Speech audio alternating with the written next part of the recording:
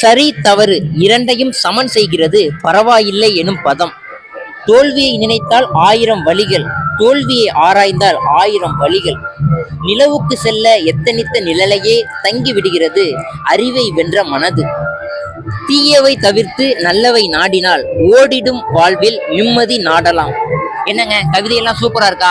இந்த அரும்பு விழும் அந்திங்கிற இந்த ஒரு புக் எழுதுனது யாருன்னு பாத்தீங்கன்னா, நம்ம திருவிக காலேஜோட தமிழ் துறை நம்ம ஐயா அறிவழகன் ஐயா தாங்க எழுதியிருக்காங்க. ரீசெண்டா இந்த புக்கை வந்து திருவாரூர்ல ஒரு ஃபங்க்ஷன் வச்சு அழகா வெளியிட்டாங்க. இந்த ஒரு புக்கு பாத்தீங்கன்னா நம்ம திருவாரூர் புத்தக திருவிழாவில் 37வது ஸ்டால்ல கரெக்டா இந்த ஒரு இடத்துல பாத்தீங்கன்னா அரும்பு விழும் அந்தி அப்படின்னு அந்த புக் இருக்கும்.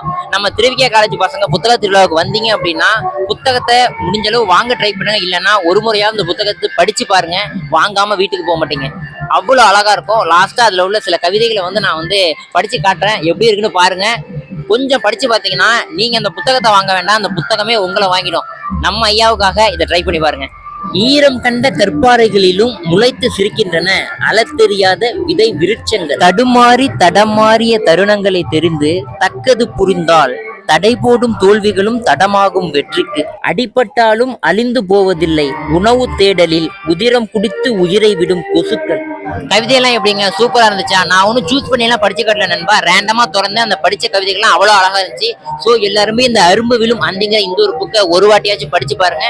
கூடிய விரைவில் இந்த ஒரு புத்தகத்தை எழுதின நம்ம ஐயாவையும் நம்ம சேனல்ல இன்டர்வியூ எடுக்க போறோம். அப்போ நேர்காணல்ல இன்னும் சூப்பரா பேசுறேன் இந்த கவிதைகளை பத்தி. இப்போ பாய்.